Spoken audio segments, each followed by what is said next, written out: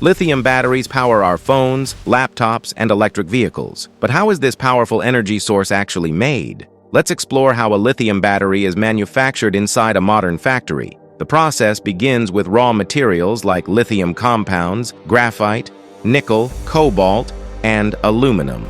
These materials are processed to create the battery's electrodes, the anode and cathode. The coated electrodes are dried and pressed to achieve perfect thickness and consistency. The electrodes are then stacked or rolled together to form individual battery cells. A liquid electrolyte is carefully added to allow ions to move and store energy. The cells are sealed and charged for the first time in a process called formation.